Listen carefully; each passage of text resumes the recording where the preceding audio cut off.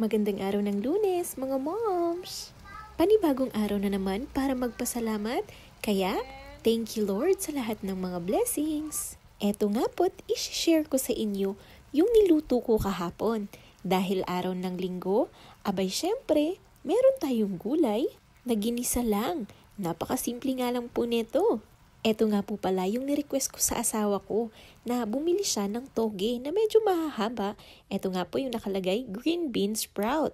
Organic food pa mga moms. Di po ba nung nakaraan, abay gumawa nga po ako nito. Pero ngayon medyo konti na lang kasi yung time ko dahil nagpapadede pa nga ako at saka nasa recovery period pa din.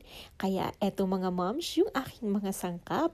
Meron nga po pala ako dyang sprout, bell pepper, isang pirasong carrots, 3 kalamansi, tsaka yung boneless na baboy, tsaka skinless. Ayan nga po, hiniwa-hiwa ko na. Etong sprout nga po pala na ginamit ko, isang pack po siya pero hindi ko siya inubos. Kinalahati ko lang, tapos yung kalahati nilagay ko na sa ref. Ayan nga po, kung mapapansin nyo, yung pork ko, nilagyan ko ng 3 pirasong kalamansi para may konting asim, tsaka konting lasa ng kalamansi talaga.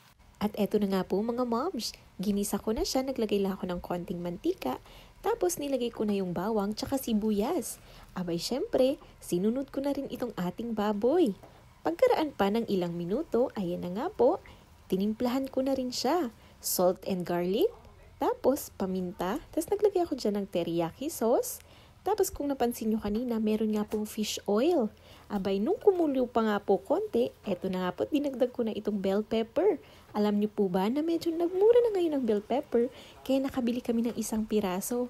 Pero itong carrots naman mga moms, steady lang siya. Kahit hindi na winter, abay mura pa din, kaya nakakabili kami ng 1 pack.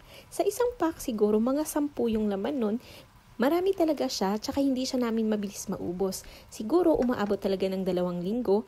Yung ibang carrots po kasi ay pinapabaon pa namin sa aming chikiting. Opo, ini-slice lang namin ng maliliit. Tsaka raw siya mga moms. Kaya minsan, napipilitan talaga siyang kumain. Abay kapag luto na nga po't, ulam na siya. Tapos may naihalo kaming carrots. Minsan nagugustuhan niya na talaga mga moms. Kaya dapat consistent lang din talaga tayo sa pagpapakain ng gulay sa ating mga chikiting. At eto na nga po, sinahog ko na talaga yung carrots ko, tapos itong ating sprout. Yung iba nga po pala, gusto nila medyo raw lang talaga yung pagkakaluto dito sa sprout na to.